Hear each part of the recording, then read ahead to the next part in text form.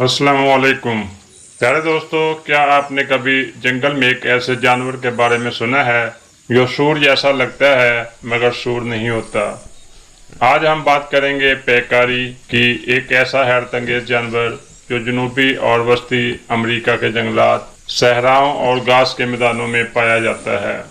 दोस्तों, पेकारी को आमतौर पर जंगली सूर कहा जाता है, मगर याद रखें ये सूर का करीबी रिश्तेदार तो है मगर अलग हयातियाती खानदान से तल्लुक़ रखता है। इसका साइंसी नाम थायासोइडी है जो इसे असली सूरों से अलग करता है। पेकारी यानी जंगली सूर का जिस्म छोटा, मजबूत और घनी खाल से ढका होता है। इसकी खाल अमूमन सरमई, भूरी या स्याह रंग की होती है। इसका जिस्मानी ढांचा देखने में सूर जैसा लगता है, लेकिन इसकी नाक छोटी और कान कदरे नुकीले होते हैं। कुछ अक़साम में गर्दन के गिर्द सफ़ेद या हल्के बालों का गुलोबंद होता है, जिसकी वजह से इन्हें कहा जाता है कोलर्ड पेकारी। दोस्तों, पेकारी की 3 बड़ी अक़साम मौजूद हैं। सबसे आम अक़साम कोलर्ड पेकारी और दूसरी वाइट लिपर्ड पेकारी। ये आमतौर पर झुंड की शक्ल में रहते हैं और बहुत समाजी होते हैं। चाकोआन पेकारी एक नायाब किस्म है जो तवील अरसे तक नायाब रही, मगर 1970 की दहाई में दोबारा दरियाफ्त हुई।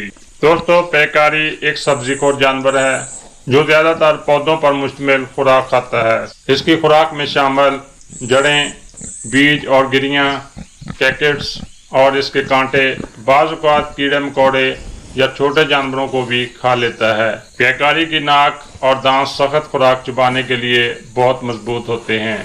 ख़ास तौर पर कांटेदार पौधों जैसा कि कैकेट्स खाने में माहिर होता है। पेकारी इंतहाई समाजी जानवर है।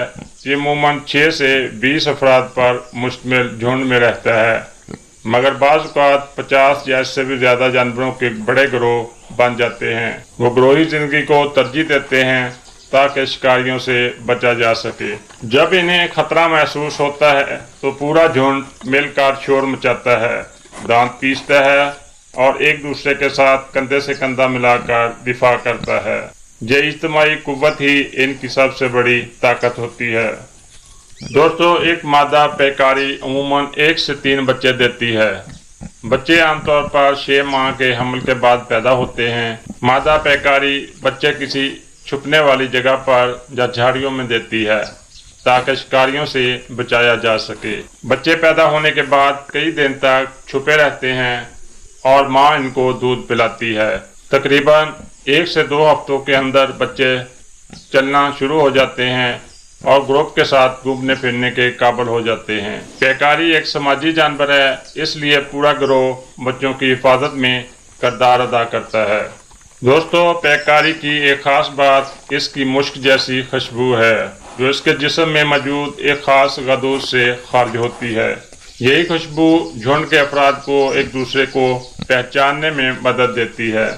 पेकारी बहुत ही बहादुर जानवर होता है जो छोटे शिकारियों जैसे कुत्ते या कैटवेट के सामने डट कर खड़ा हो जाता है। इसकी निगाह तो कमज़ोर होती है, मगर सूंघने और सुनने की सलाहियत बहुत तेज़ होती है।